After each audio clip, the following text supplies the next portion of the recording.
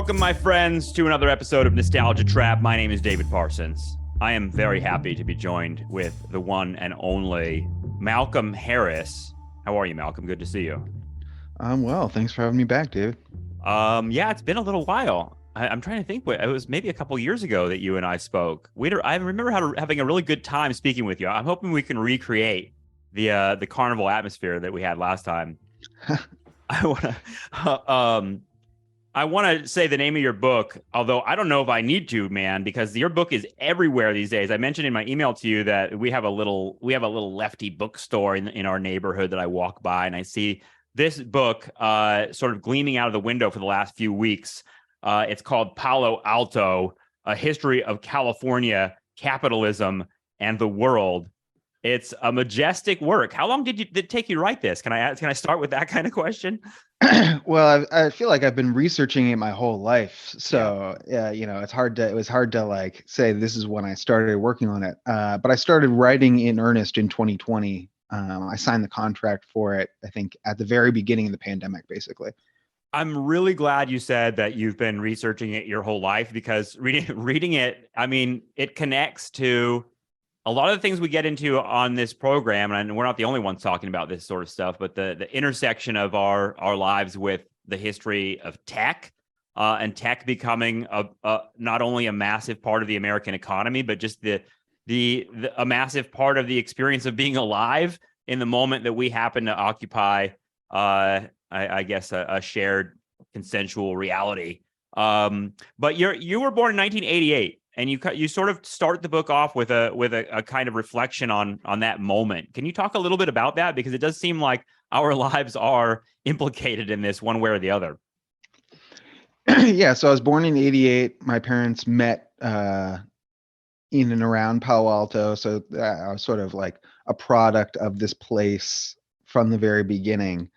Though I didn't actually live there till I was like 8 years old, but I spent a good part of my childhood living in Palo Alto. And so, for those of us without graduate degrees who want to write history books, one way to access the authority to do that work is you write about something that you have a personal connection to, Mm. and you weave the personal connection through the book to give yourself the legitimacy to tackle a subject that's complex and otherwise would leave people saying like, who are you and why should we believe what you say? Right. Right. Uh, and so when I originally pitched this book and sold this book, it was much more of that kind of work with a lot more of my story and reflections on my upbringing and my childhood throughout the history of Palo Alto, going back and forth. Mm-hmm. And that didn't work for a number of reasons. And I feel to this day very grateful that my editor let me just like cut all that stuff out. And so I come in there a little bit at the beginning and a little bit at the end, but otherwise it's a pretty straight history, and it's from my perspective and my experience, but it's not about that. Well, yeah, I was going to say, this is for those that don't know what this book is about and what we're talking about here. Your book is a history of Palo Alto, California, that sort of uses Palo Alto as a window or a lens. I'm going to use a really annoying academic term, but a window or lens into a phase of capitalism and certain elements of what capitalism has become in the 21st century. But yeah, I would think it would be hard to weave yourself into that story, in part because, God, I mean, you're starting in in the 19th century. Like this is a story of American imperialism and manifest destiny and genocide of Native Americans and all things that I think we are implicated in one way or the other. But I would think it would be hard to sort of tell childhood stories alongside the 1850s, if that makes sense. Well, that part was actually not the issue. And so I did write a bunch of these sections, and it was shockingly easy to put yourself into these stories. So I talk about, I went to Ohlone Elementary School, which was named for what the name they gave the indigenous people of the Bay Area, one of the Mm-hmm. names that's used for the indigenous people of the Bay Area. And, in second and third grade, we play acted as the Ohlone, we smashed acorns, we toured the huts.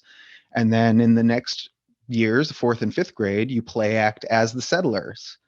And so part of California, and this is, statewide education standards or whatever, Oh, I'm a dude. I built a mission in school. Yep, exactly. Which I guess people from other states don't necessarily do this, but they have their own rituals of sort of reminding themselves of what the whole history of the place is. But yeah, Hmm. built a But the mission. California one Yeah, is important. And it so is. it's this very almost like Hegelian like procession of races through history education, where like in the lower grades you're the Indians, and then in the later grades you're the settlers, and one Right. transitions to the other, and you don't like play act the settlers killing the Indians, right? You don't do that part, and you don't reckon with these two groups of people existing in the same place at the same time. And that's a real like propagandistic approach, right? They're inserting this idea that this is a natural progression, even though nothing of the sort is true, and it never even happened, right? There were the descendants of indigenous people in that classroom with me while Mm. we are rehearsing their disappearance. Oh, uh, yeah. and so, Yeah. So that's good. mapping You those are you next to each are in the other. story. Yeah. Yeah. Well, and I think like, and for people who know me, uh, they'll be able to see me throughout the story, right? Even if I don't say, Well, I can hear I your talk. voice, dude. Like you have a you Well, you have a that's kind true. of you have a kind of writing style that's very I don't know. It's very, it just connects to a certain kind of I don't know, a kind of engagement with the reader that is fun and interesting. And I don't know. I can hear you in the pages of this thing. Another thing that I can hear in your book is and think about a lot is like Disneyland and like Hmm. it connects to. I mean, I was a kid going on a train, and we can get to some of your story here because it's like railroads and everything else. But like Hmm. like the Disneyland rides are very much like connected to this sort of frontier history and told in a very specific way that's connected to what you're saying. Like there are phases of history, and here's the phase when the Indians were living here, and then the settlers came, and it's told Hmm. in a. I mean, Disneyland. One of my friends referred to Disneyland as John Ford for kids, but it's sort of that story is told. I mean, California is just is just like over it's over determined in terms of how that history is present everywhere. I think maybe people that aren't from California don't understand that. And I wanted to bring in specifically Northern California history because I feel like sometimes that history, because of the prominence of Hollywood in our national myth making, the story gets told south to north, and you almost see that Northern California as like a product of Southern California, when Mm, actually the reverse is the truth. And so Disneyland and the Hollywood industry is financed out of Northern California and out of the Central Valley and out of the agricultural regions, right? It's financed by the Bank of America. First, starting in San Francisco with like the Nickelodeon industry, right? With like they'll buy one and put one on the corner, but the entertainment industry is built out of Bay Area capital. mm. Just out of Southern California in general is built out of Bay Area capital because it does happen second, right? It Yeah, is NorCal then SoCal. San Francisco is a city before Los Angeles is ever a city, right? This is like Well, and way before, and Los Angeles is only able to become the city that it becomes because of the prominence within national politics of people from Northern California, particularly Herbert Hoover, mm, who, literally channels the water that turns Southern California into Southern California that we know now, and is now, the Hoover Dam compact, the Colorado River compact around the Hoover Dam is now causing real problems, right? And part of the problems is the deal made to advantage Southern California and really bring it into existence, which again is the product of Northern California capital. So I wanted to tell the story NorCal first. I mean, it's partly my partisanship, but I think partly it reflects the historical record.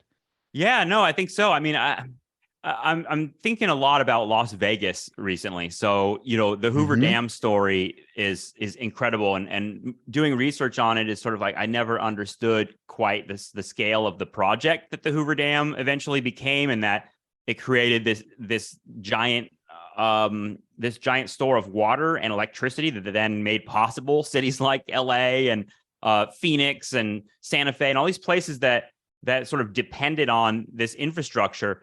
The story that you're telling is not just a sort of Ken Burnsian, and then they built the Hoover Dam, and that made Mhm. California possible. Instead, I feel like your story is really a pretty big intervention in the story of that capitalism and where it brought us today. I mean, it seems like tech. I don't know, how do we get our arms or hands or our minds or whatever around our bodies, our flesh, around what tech is? Because it seems like your story. Are you telling a story of tech from the 19th century to today? Because it seems like it's all, whether it be railroads or big hydroelectric dams or social media platforms, it seems like California is like an engine of a lot of that stuff. Absolutely. And so the period that I'm telling that is coextensive with the history of Palo Alto is the history of planetary capitalism.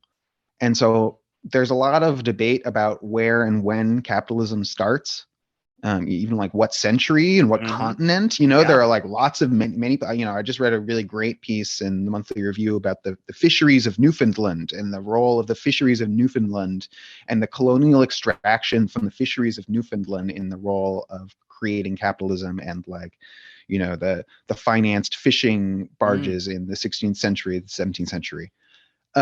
Incredible. Yeah. Right. And so there are tons of debates about where we can find, the beginning of capitalist practices, but there's not a lot of debate about where and when you have the planetary system of capitalism start, which is in the mid 19th century with the incorporation of the Pacific, California, China, Japan, Australia into the capitalist system. And so that's when the capitalism gets its arms around the world, and the world is all the peoples of the world brought into a unified system of production and distribution for the first time in human history. That happens not just at the same time as California, but with California, right? California is the center of that story. And California goes from being the furthest edge of the world, right? The last place the capital shows up. And really, Spanish colonization is really thin in Alta California. Mexican control of Alta California is very thin. You still got most of the land occupied by indigenous people who are living there, 150,000 at the point. You've got the missions, but it's a real coastal presence, and it's not able to absorb the labor and the livelihoods of all the people who live there, who still are finding time to integrate their traditional existence into this, colonial situation. And that changes when capitalism shows up. Capitalism is a new system, and it wipes everything else away. It incorporates elements of the Spanish system, maybe culturally or whatever, but economically, absolutely not, right? It starts a new thing. And very quickly, this last corner of the world becomes now the center of a new world system. And as the last part to be included into capitalism, it now becomes this birthplace for all sorts of new technologies. And so from the very beginning of its incorporation into the capitalist world system, California is a center of capitalist technology. And so you can look at mining engineering and mining engineering that's developed around the gold rush. But then you can also look at the agricultural that's being developed around the same time, and, horse genetics and the transition from commodity wheat to fruits and nuts is a total technology question. But they're also developing technologies of labor market control, right? Of racialization. They're developing technologies of global labor flows, and whiteness is being created. And so a lot of these technologies that I'm talking about that, elevate California to the center of this new world, in some ways much earlier than I had anticipated in doing this history, right? Yeah. That this place does become much more important to the whole world way faster than I think most of the history offers, which is usually a post-World War II story. I think that's what I appreciate most about your book, honestly, is that it sort of reperiodizes how we think about the history of California and how we think about the history of technology. Because you could very easily, I think, be like, well, I'm going to start the story of tech in California. Let's talk about Steve Jobs and Bill Gates, or something like that, which is a story that you and I grew up with. I mean, I'm a little bit older than you, but I grew up with tech as something that's happening now, rather than sort of this putting it in the context of what you're writing about, which is to me, I want to pick up on the other thing you just mentioned, which is really important. I think it's not just tech and like capitalism and all those things. It's sort of it seems like what you're describing is a melding of like the tech and all the sort of economic practices with the ideology of indigenous erasure and all the sort of Disneyland story we talk about. Seems like it's melding to a story of technological progress too. And I wanted to mention, if we can go through it, trace a little bit of this for people. Like, when would we say, quote unquote, capitalism comes to California? I mean, part of the story you're telling seems like is of these like Civil War era, Gilded Age, robber baron type dudes who are coming to California and they see opportunity beyond opportunity. Leland Stanford is the guy that seems like he's a central figure in your book because he's implicated in all of this. But where does he come from and what does he do? Because I noticed you also talk about like figures like John C. Fremont, and part of me is like sort of thinking, okay, this is the end of the Civil War. The Republican Party is empowered. The West is now under the control of the U.S. federal government. Like, you can sort of see like a carpet is laid out for a certain kind of development. But who are these motherfuckers and what are they up to at this time? Yeah, they're really lucky, right? And that's the story of Leland Stanford Sr. more than anything, is that he's a really lucky guy, historically wise, and he becomes this avatar of West Coast capital. And if you think of like the guy in the suit with the top hat and the watch chain, he's got his like big broad belly and the beard and the Monopoly guy, basically. Yeah, right. That Leland Stanford was that guy. Like, he played that guy, and his job was to play that guy. And he came to that role again by being lucky. And so he's born into this family that owns a tavern that happens to be next to what becomes the Erie Canal. And so they go from, tavern owners to being the tavern next to the Erie Canal. And suddenly you're a much wealthier business owner, which means your sons get to go to college. There's such poetry to that, honestly. Like, because it's like the canal, like this guy is going to be the bridge of like the canal age to the railroad age, and the canal being the like central, like the reason why they get rich is because there's like commerce on the canal. That's amazing. Yeah, and and it takes a while, obviously, for him to get from, the son of a family that happens to own a, good restaurant and an inn or whatever to who he becomes. And again, he has to get pretty lucky for that to happen. And it's not because he's particularly skilled, which he's not. He has a few like failed careers. And he ends up following his older brothers out to California, where they had become small-time merchants. And if you learn, part of the ideological education you get about the gold rush period, especially in California schools, is that it's not about just taking the gold out of the land. Anyone can do that, which isn't true. But anyone can pull the gold out of the land. The really smart people are the ones who started businesses and sold stuff to the gold miners, and they were the ones who persisted. The Levi Strausses. You sell the jeans, sell the shovels, etc. I remember being taught that very explicitly 4th, 5th grade. Yeah, me too. And I mean, I hadn't thought about it in a long time, but I was like, wow, the story of jeans and the story of San Francisco. Now I am sort of like remembering a teacher in elementary school being like, and what's the name of our football team in California? And we all said the 49ers. Well, why is that? And it began the conversation of like remembering that's when California was settled. And that's when this like very romantic time of people looking for gold in the mountains. I mean, at Knott's Berry Farm, you literally like pan for gold. You still reenact that there. Yep. And I did that as a kid, and it's sort of, I don't know, it's insane. And you to still think about. You might find some, right? You're like holding out hope, like I could find. It's a metaphor. And they show you some, right? And at the thing, they always show you. It's like some kid a couple years ago found one, like could be you. And it's in fucking nature too, right? Like it's like literally like go up in the woods and get down on your knees in a river, and like it's like what could be more self-sufficient and individualistic and rugged than that? Yeah.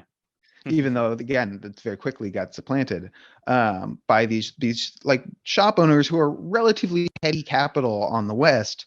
But the role that California is playing to the United States, especially before the Transcontinental Railroad, right? After colonization, but before the Transcontinental Railroad, is this, oh, it's an overseas colony, Mm, like pretty literally. And mm. so, if you have to go overland east to west to get out to California before the transcontinental is there, that's unlucky. Yeah, that's because you're broke, right? If you have the money, you go south by ship across Nicaragua and then up the coast by ship. Like, it is literally an overseas colony. Sacramento to Washington, D.C. is way, way, way further than Paris to Algiers. And Mm. Algeria is, colonized by France at almost exactly the same time, right? Mid 1840, can't remember, late 1840s. Doesn't matter, Uh, somewhere in there. But yeah, I get it. yeah, Yeah, yeah. an amazing point though. The idea of like just the distance and time of what it takes, and just those settlers coming across the desert are like the ragged people that have to do it. Well, and most people were not intending to be settlers. And so the 49ers were not mostly intending to be settlers. And that was true for the Anglos as well as uh, 49ers from all over, right? If you're coming from China, you got a quicker route to the gold fields of NorCal than Mm. someone coming from, the East Coast of the United States. Certainly than Right. someone coming from Europe through the East Coast of the United States. Like, it's just straight across the Pacific. It's right there. And the same is true if you're coming from Sonora, right? If you're coming from northern Mexico and you're a miner in northern Mexico, of which there were many, right? Same thing if you're, Mm-hmm. maybe even true if you're coming from Chile. That's one boat ride instead of two boat rides and an overland trek if you're coming from the West Coast. So there are a lot of places that are at least as what we can think of as close to here as the Anglo-Americans. Mm. But the Anglo-Americans have this, tool of capital that they're using and very quickly use it to colonize the space and to exclude other people. They introduce a foreign miners tax that make it difficult for other people to mine the same places even before the mines themselves are exhausted. Um, It would make sense though in this context. I never really thought about it this way, but it makes sense that there's such an anti-Chinese sentiment among Anglo people in power because Chinese people can easily access California, right? Like, or more easily access it, or access it in a way with numbers that other groups are not at that moment. At yeah. least. Well, Yeah. especially for the settlers and the 49ers who were coming. I mean, it was the upper class, the ruling Republican clique led by Leland Stanford that brings in more Chinese workers. They're very happy to bring in Chinese workers to build the railroad because they are in fact dependent on Chinese workers. They're the best construction workers you could afford, and ones that would actually stick by the project and not go join whatever mine strike popped off in the West somewhere, because again, they were ineligible to participate because Anglo miners would kick them out. Mm. And so they became a very reliable construction workforce. And it was also because of the way that the Chinese workforce was organized through labor contractors. And so, It seems like running from strikes and sort of organizing or unorganizing labor is a major part of what the capitalists are doing in California at this moment. I mean, if we can get to Palo Alto, how is that place founded? Because it seems like part of the story that you're telling is of Leland Stanford essentially looking for a place to get away from labor organization. absolutely. And it was a direct result of the tensions we're talking about, which is that he was held responsible for importing Chinese workers, which then damaged the position of white settlers on the labor market, which was, in some ways true, right? That's a real thing that happened and that he did on purpose. And he was the one who was sort of publicly blamed because he was the least capable out of the clique of capitalists. They called themselves the associates who were building this railroad. They were Sacramento shop owners who got together and backed this plan to build half of the Transcontinental Railroad. And then when the Civil War kicks off, the Union supports this northern route led by these Republican businessmen, and they become very important. Leland Stanford becomes a governor. But the other guys put him out in front because he's not very clever, and because they knew that eventually the bill was going to come due for all the corruption that they were doing and how they were getting rich off these public contracts. Mm. which was not in a straightforward way at all. It was through, auxiliary companies that was selling rails, or they were the land development companies that was speculating on land, or, corruption. And they put Leland Stanford out in front, figuring if someone gets in trouble, it should be Leland. Oof. And Leland lived with his family, his wife Jane, and their young son Leland Stanford Jr. on Nob Hill in San Francisco, which is still there, and it's short for Nabob Hill, which is what they called it then. Which is Nabob was means rich guys. And big mansion on Nob Hill, and the Working Men's Party, which was this white labor organization in the 1870s, would come demonstrate outside his house and say, Leland Stanford, you got 1 week to expel the Chinese workers or else, and keep threatening him. In the 1870s, both in the United States and abroad, is a time of real militant class struggle. And just as workers are being proletarianized into the city, they're struggling about what that means. And so 1871 is the Paris Commune. There's class conflict, militant class conflict, deadly class conflict around the United States and cities. And so the threat of these guys showing up outside your house all the time, even if you've got the police on your side, which the Stanfords did, is a real threat. And so Leland does what rich guys do when they're faced with the class tensions that they cause, which is move his family to the suburbs. But the suburbs don't exist yet. And so he has to create a suburb to move his family to in the 1870s. And that's what Palo Alto is. Palo Alto is the product of these class tensions and the solution to the people coming outside your house and yelling at you. Wow. And in Palo Alto, in this thousands of acres, I think it starts at 11,000 and goes to 8,000. Everyone works for you, right? It's a sort of feudal setup, as opposed to in the city where people work for capital, but individual workers might still threaten you and you can't fire anyone from their job or whatever. But here if you control thousands of acres of this space, no one on there, doesn't have to answer to you. Dude, it's like a fucking slave plantation. But it reminds me of Walt Disney too, because Walt Disney, he was a visionary of Epcot Center and these sort of futuristic utopias. And people would ask him, what about the politics, the labor and all that? And he's like, there won't be politics. Everyone will be taken care of. Everyone will be happy. It's just all taken care of. And I'm like, that sounds like the logic of a family or a plantation. It's really interesting to me that at the same time, Leland Stanford and figures like this are creating this massively alienating system and creating this working class. At the same time, they're sort of in denial about it or running and trying to live away from it, I guess, if that makes sense. I like your idea of he's one of the original guys going to the suburbs, but there's no suburbs, so you got to build it. Right?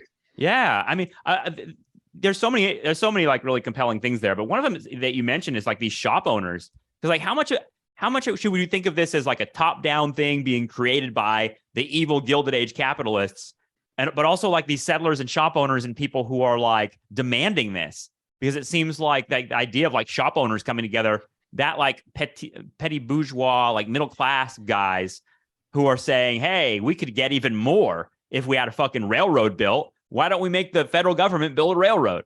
It seems like that class is really, really important in all of this. Yeah, well, and that you have this settler capitalist class, which is relatively petty compared to global capital, right? It's very easy to die out there, right? And it's pretty gross, and there aren't very many women. Yeah, and literally, it's an underdeveloped place. It's the rough. Colonies, as far as the United States is concerned. In the same way that for other imperial countries had colonies where young men who wanted to, try their chance would go try to build something because they had better odds there, but they were taking a big risk, with their lives. And that's sort of what happened with this capitalist class, the settler capitalist class, is that they're the ones who succeeded.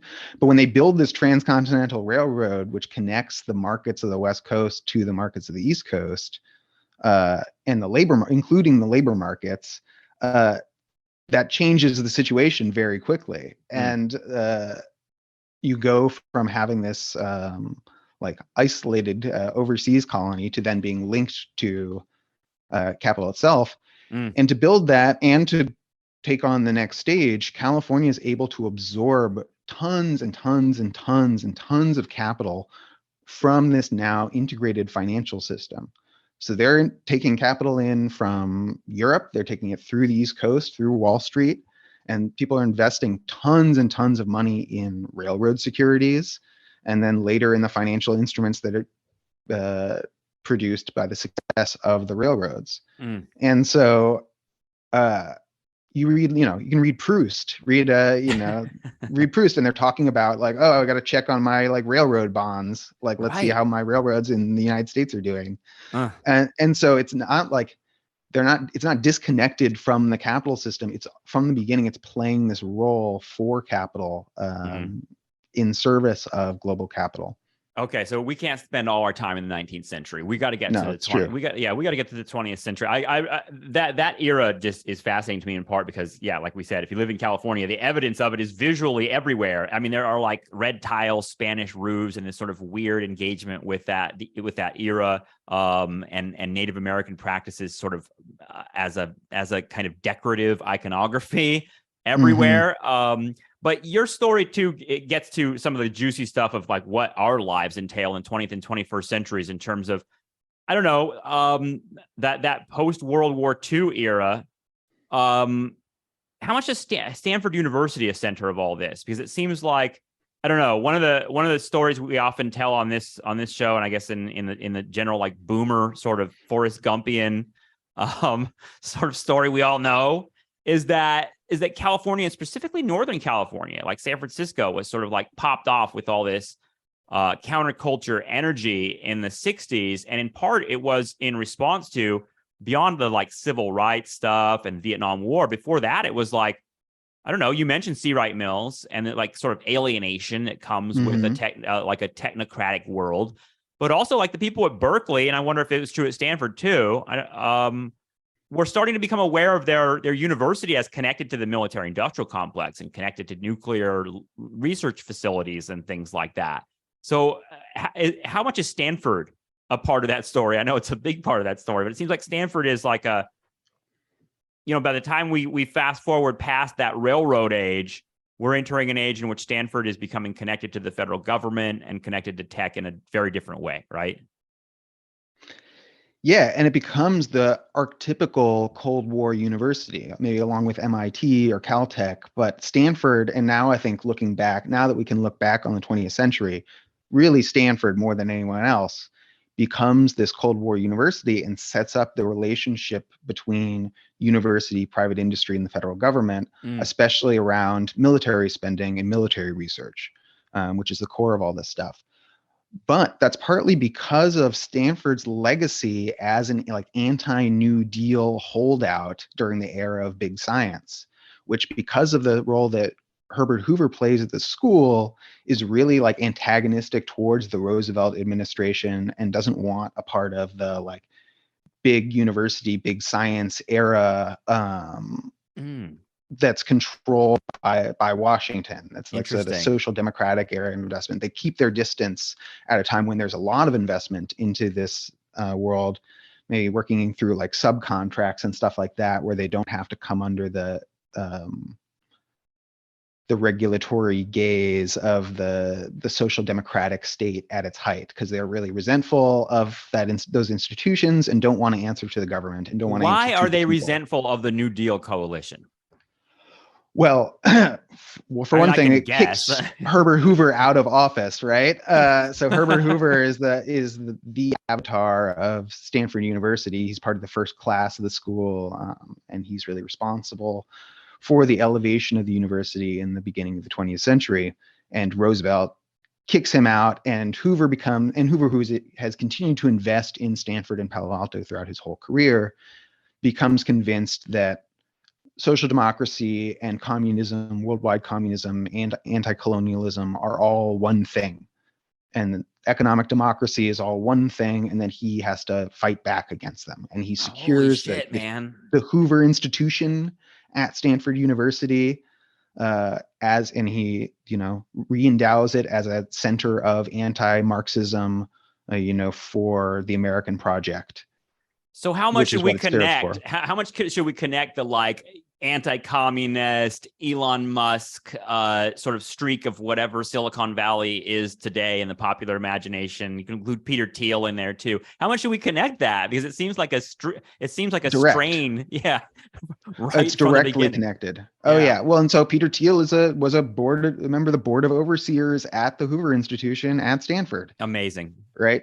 Well, and Harlan Crow, who we're talking about now, is Clarence Thomas's best bud, also board of overseers at Hoover. Like this is the sort of right wing conspiracy infrastructure. A lot of it is run out of Stanford University and is around this military industrial complex that gets developed in this post-war era, where since they've brushed off the big science social democracy era, they're able to really step up during this Cold War era where now subcontractors are leading the way, and they're able to build this relationship with the federal government that's based on a industrial policy that's real finance military based. Yeah. And so they build the Stanford Industrial Park at Stanford. Frederick Terman, the provost, leads the creation of this industrial park, which includes a lot of high-tech industry that are subcontractors to the military industrial complex. And these firms and this like sector of industry, though it begins as just an adjunct to the like prime military contractors that are really like taking the brunt of this investment, then begins to eclipse those contractors in the Cold War era as like anti-communism becomes the dominant belief system for US politics. Right. And like Hoover gets his revenge in this period as like Rooseveltism goes by the side and Nixon turns into Reagan. And Reagan, is really brought into the White House in a shady back room at the Hoover Institution. He's a culmination of this Hoover project, as is George W. Bush, brought in a remarkably similar set of meetings And to Reagan. We don't think of those figures, George W. Bush or Ronald Reagan, as creations of Silicon Valley, right? Like that's not how we think of them at all. And yet what you're describing here is something like, in terms of just the practical power structures of their campaigns and what they're doing, it seems like it's a big part of understanding this story.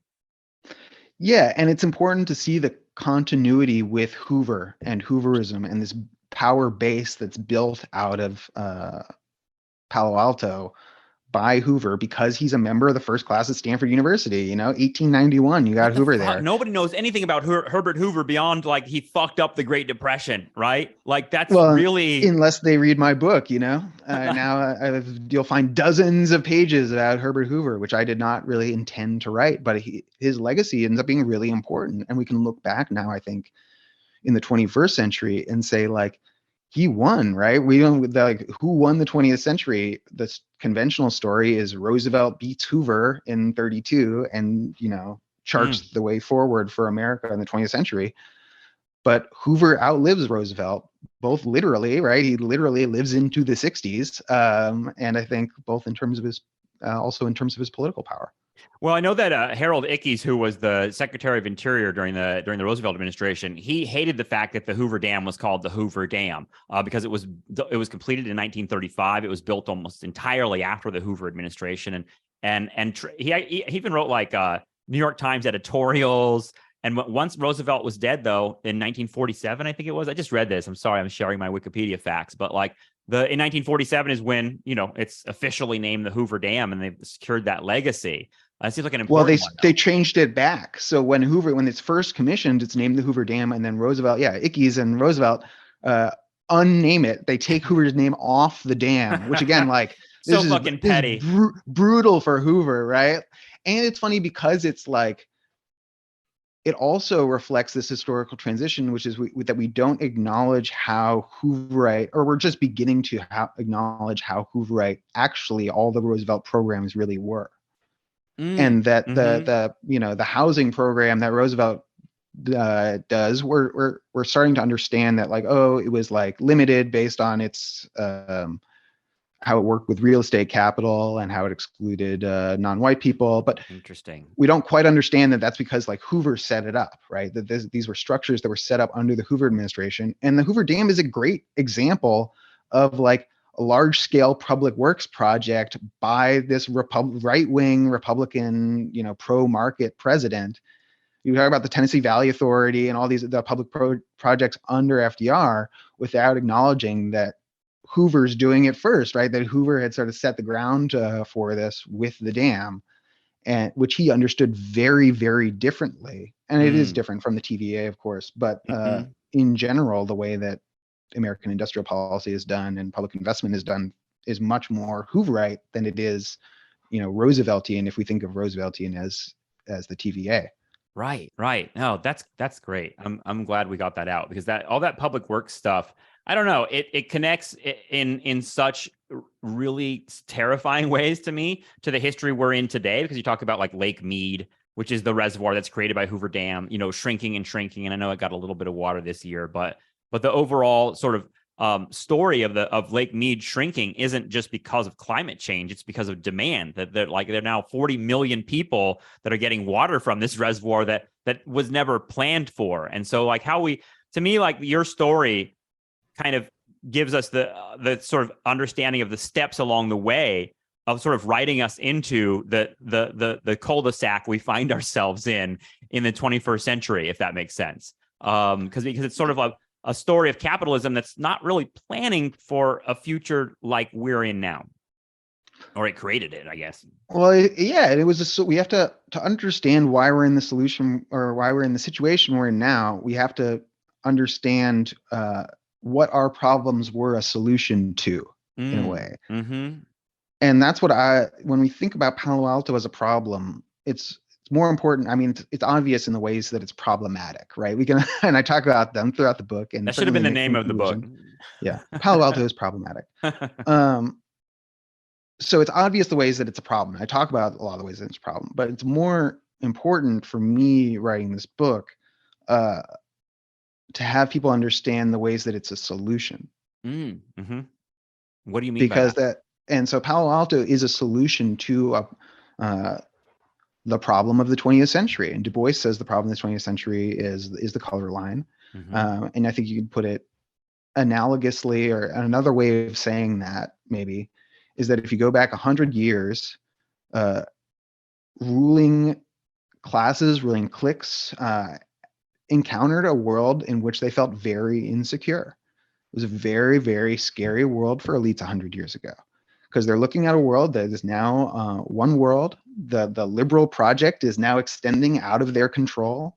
You've got anti-colonialism on the march. You've got communism on the march. And this question of how do you maintain an unequal position in the world for some people, whether that be Americans or white people or men or Europeans or Anglo-Saxons, or however you're conceiving of it. How do you maintain an unequal position for some people in a world where everyone knows about each other? And that's a hard conceptual question. And they were really thinking about it. And I think if you put that to a lot of these ruling people at the time, they'd tell you that it was a really hard problem, right? That they didn't really expect that this was something that they were going to be hard pressed to figure out.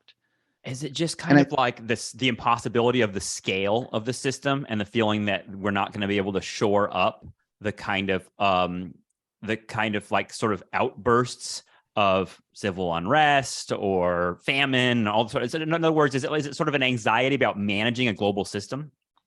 Well, not just managing it, but it's a question of subordinating other people. Having the winners and the losers, and making sure we're the winners. Yeah. If you colonize the world, and then people decide like, okay, well, we know you, and we're in the same world as you, and we can kick you out, right? How do you maintain control? For a white global minority, right? Well, I mean, I think we're seeing that an outburst of that class right now. Right, is sort of, I mean, it seems like part of the political discourse, not only in the United States, I think it's global too, but in the United States we have a particular strain of it, is that kind of anxiety of like we're losing control of the power that we've historically had. And it's a constant problem, right? It is the constant problem for people who want to maintain unequal power in a Mm-hmm. world in which some of us believe, and I believe it is factually the case, that all people are qualitatively equal, right? And if you believe that all people are equal, then the only way that you can maintain a privilege for some is Yeah. through, force or trickery or whatever. Or you also And make it find seem ways to natural tell too. stories. Like that seems like an important Right. thing as well, right? I mean, all these Disneyland stories we're telling, it seems like it's a story of like just this is just evolution, right? And it seems like Hmm. a really really key part of all of this, because I want to get to the Silicon Valley that we all know as people that grew up with the internet. It seems like that's part of it too.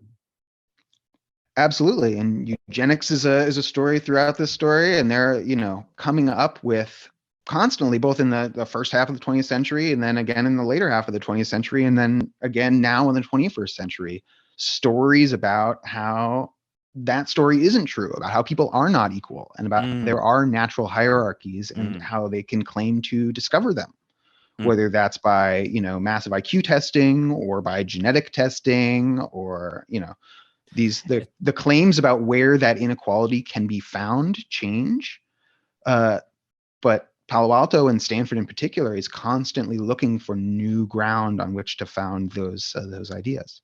So how do we graft this onto the kind of hokey story that we are often told, and I think less and less now. But we're still, I think we still understand tech as progress, and the internet as something that came to connect people and create a kind of world that we all want to live in. There's a sort of like, in other words, there's a utopianism connected to the early internet and the Steve Jobs stuff and the sort of like post 60s. It seems like, the story you're telling is one of the military industrial complex. The story you're telling is one that is connected directly to the forces that we typically think the internet was trying to challenge. What I mean by that is like there's like the counterculture story of like these Mm-hmm. 60s radicals that come out of or come to Northern California in the late 60s and 70s and start building cybernetic systems, and they're basing their ideas on Marshall McLuhan, and they're sort of doing all this sort of hippie stuff. And there was like this idea that, I don't know, Apple and these other companies were going to create technologies that overcame all of the divisions and things that had happened in the 60s, the Vietnam War. You know the story. I'm not telling you anything Yeah, new. I know it well. Well, and there are a couple of versions. There's the good version and the bad version, because there's the version that you're telling where it's like, the Grateful Dead lyricists invented Yes. the computer and the internet, and like that's Yes. awesome. And now we live in their world, and isn't that cool? It's not like the stultifying world of the IBM, Right. big iron, whatever. Mm-hmm. And then there's the other version, the sort of Adam Curtis, Californian ideology one, where the people, your listeners might be more familiar with even, Right. where it's like these feckless hippies are individualists, and like through their unthinking self-expression created the internet and individualism and neoliberalism and the personal computer and all this stuff. That's Uh, the anti-boomer version. right. You're right. That is very Adam Curtis. It's kind of like And he sees all the social media stuff as just making capital richer. It doesn't really challenge the system. Like, yeah, he's got the opposite view for sure. And I don't think that, and I don't tell either of those stories in this book, because I don't think those are really what was going on. That's not what was Mm, important. What was mm. important was this struggle of the color line, right? That was the Cold War was what was important. Um, and this I love that. technology Yeah, is I love the is fact very that you're important in that. pointing out that race isn't present in either one of these big stories, right? And that you kind of need to understand that part of it because it seems like central. And then if you listen to or you read the documents of the New Left, at the time, what they're actually talking about, and not the counterculture, which is a much broader thing that overlaps in some ways with the New Left, but is in no way coextensive. They're talking about race constantly and global imperialism constantly, and the role of the United States in South Asia in particular, right? In Vietnam, and what the Cold War meant, but also in Latin America, also in Africa. Uh, and these were very smart people, diligent researchers who built up a deep understanding of the role of the tech industry of Palo Alto, of Stanford, in imperialism, in the Cold War, and the story that they're telling about what these technologies were for and how they were developed, and the impersonal forces that built them, and the problems they existed to solve, is a much, much more compelling story to me than the ones that we hear about the hippies and personal thinking or whatever, like Well, you get individual into whatever developers. Yeah, I feel like those stories are just sort of really kind of broad flattening of the phenomenon you're describing, which is much more, I don't know, I don't use the word dialectic, but it seems like there's a lot of contradictions and tensions written through all of this stuff. Do you know the figure Terence McKenna?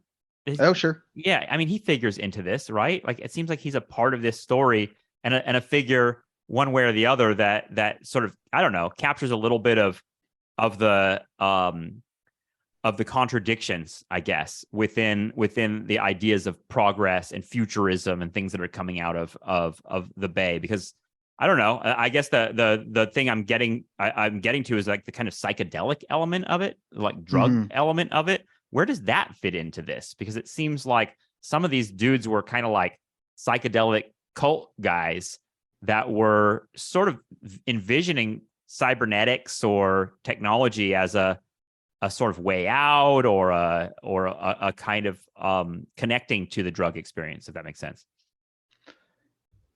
They tell this story. I don't think it's a particularly relevant historical story, and so I don't tell it because I think it's wrong. And so what I'm looking again is the role of and I talk about LSD because it's important in Palo Alto.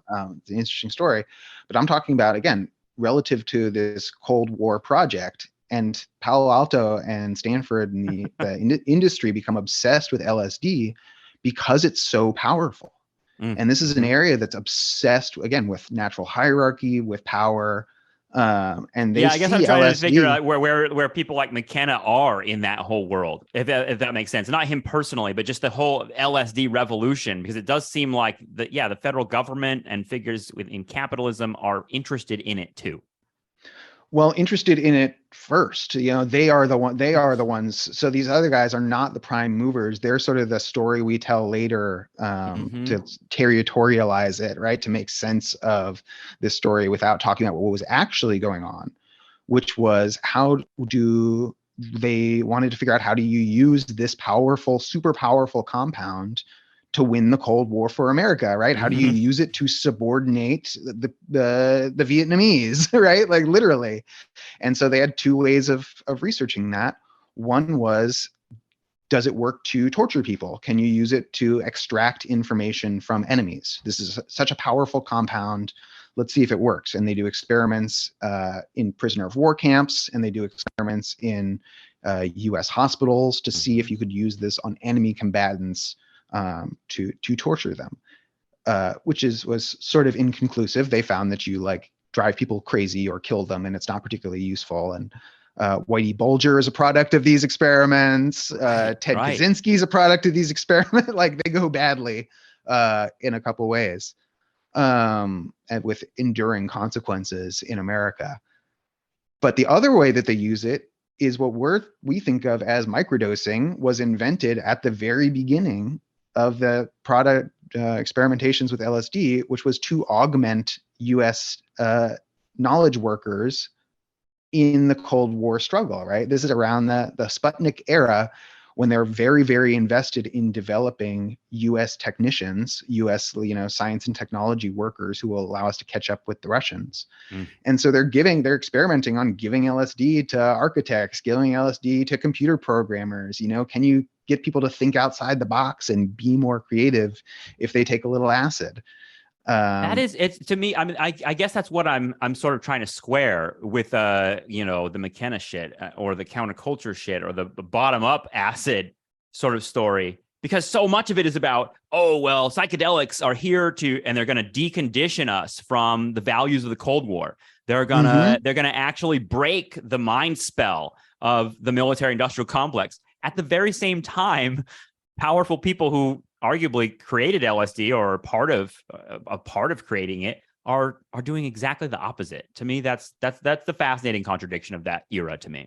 Yeah, well, and that one, it doesn't strike me as so much a contradiction as they're just like liars, right? So like someone like Ken Kesey is like, or they don't understand their role in their historical project very well. And so someone Mm. like Ken Kesey, who's like a counterculture LSD guy, who's also pro-war, pro-America, straight up. Stuart Brand, counterculture LSD guy, Yeah. pro-war, pro-America, straight up. Like these people, and anti-communists, right? Hmm. They're part of a contrary project. They are the part of the project that the military industrial LSD complex uh, with computers is trying to create. And so it's not that that there's something contradictory about it. They're straight up. They're like, yeah, use acid for America. And if you study the LSD, that's like a lot of what was going on. So the Alternative Futures program that was run out of SRI, the Stanford Research Institute, is doing like pro LSD experimentation at the same time that it's spying on the new left as part of like anti-communist work, as part of its same time as it's developing counterinsurgency strategies for use in Vietnam. Yeah. Yeah. I don't think I included, there's an anecdote in one of the LSD histories that I don't think I included about a Rand analyst talking about taking acid and mapping in his mind on his wonderful acid trip, bombing routes over Maoist China. Rock and roll, man. Right. Yeah. And that's what it Fucking was crazy. for. And he was like, man, I had the best fucking trip. I saw how we're going to defeat Mao. Well, I mean, this certainly sheds light on this sort of like phenomenon of Burning Man to me, and something that seems like Burning Man, for those that weren't alive during this era or were too young to remember, Burning Man in the 90s, I feel like, was just like this punk rock thing to do, which is go out to the desert and sort of like, take drugs and party and that sort of thing. But it seems like it emerged from Northern California, right? Like this, I feel like it was originally in San Francisco. Is that right? Well, it came certainly out of that milieu. And so Yeah. we can draw it back. I'm interested in drawing that back to sort of the Bohemian Grove type stuff, right? There you So go. these Yeah. like associations of like, let's go into wilderness and take off our clothes and be capitalists around each other is, I mean, yeah, well, there's some choice words from Richard Nixon about Bohemian Grove and the stuff they did there that I thought were pretty funny that I won't quote on the tape. But in very Nixonian language, yeah, I've heard those tapes. It's part of the practice of developing these associational connections between capitalists, right? You like see each other naked and it's easier to like make deals where you maintain your collective class position, because these people are constantly, they're constantly tempted to stab each other in the back, and we saw this with the Silicon Valley bank run. Like they all have to, especially when it's built on so many layers of puffy finance stuff, they really have to all stick together or else it all falls apart. And one of the ways you get people to stick together is you go do drugs in the desert. Another way is you make sure that you're like knitted together through all sorts of like overlapping directorates. You make sure you've got the same bankers. You make sure you've got the same lawyers. Well, it seems like it's like being in a fraternity. As I approach the age, some of them are literally in the same fraternities. As I approach the age I am, realizing I'm not connected really at all. I realized, man, I hated frat boys when I was a kid, when I was in college, but maybe I should have been a part of them, because then I would have like this network of dudes that I could call up and get me jobs and things like that. And it seems like that's exactly the purpose it serves. And that God, it's Burning Man in the 90s for a young dumb kid like me was like, oh, that sounds cool. I want to go out in the desert and do drugs and party. Totally. I remember my brother and I, like early 2000s, when we were teenagers, like, yo, let's just drive out to Burning Man. And then it sounds tight. And then we like looked it up and we were like, $300. It's really expensive to go to Burning Man. Yeah, no, I realized that I was like, this is gonna be like $1,500, $2,000, something like that for me to go out and party in the desert. Like that doesn't sound like anarchy to me. It sounds like capitalism. Right. Well, it is one of these associational structures that underlies the milieu, and we should like look at those because there are a bunch of them, and it really speaks to the structure of the whole the whole endeavor, the whole operation. The clubs, the Proud Boys, the fraternal organizations. I was just reading. Well, and Stanford University really is what is the ultimate one that collects them all together. I mean, that can, like, we can tie it back to the end. I probably got to go in a minute, but yeah, no, an hour goes really fast with you, Malcolm. And you're right. I mean, I think Stanford is the ultimate fraternal organization for capitalism, and we talk a lot on this show about like this idea of Californication and capitalism and a very particular brand of capitalism coming out of California. And, when we saw my friend and I, Justin and I, who's a frequent co-host, when we saw your book, we were both just like, dude, Malcolm wrote the Californication book. Malcolm wrote the book that like tells the history of this state and why it's so vital and important to understanding the place we're in with global capitalism. And it's such a different story than the kind of frontier mythology that we often get around California. So thank you. Yeah, we could talk forever about this stuff, but it's a really important book. And I appreciate you coming on talking with me, Malcolm.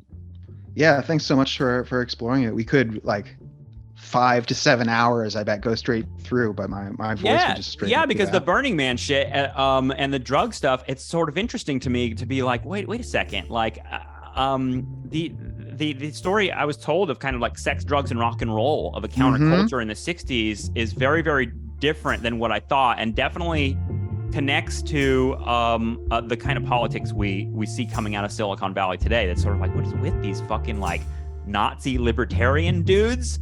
And I'm like, okay, well, read Malcolm's book because and they should read my book because I don't think they know what they're doing. I think if they like read it, they would have a much better idea of who they themselves are. Send them a few copies. Right? Thanks, they can afford them. They should buy their own. come back sometime to talk to us more. I appreciate it. Definitely. We'll do the next hour another time. Yeah, we'll do it on acid, man. Yeah. All right. Later, Malcolm. Thanks, David.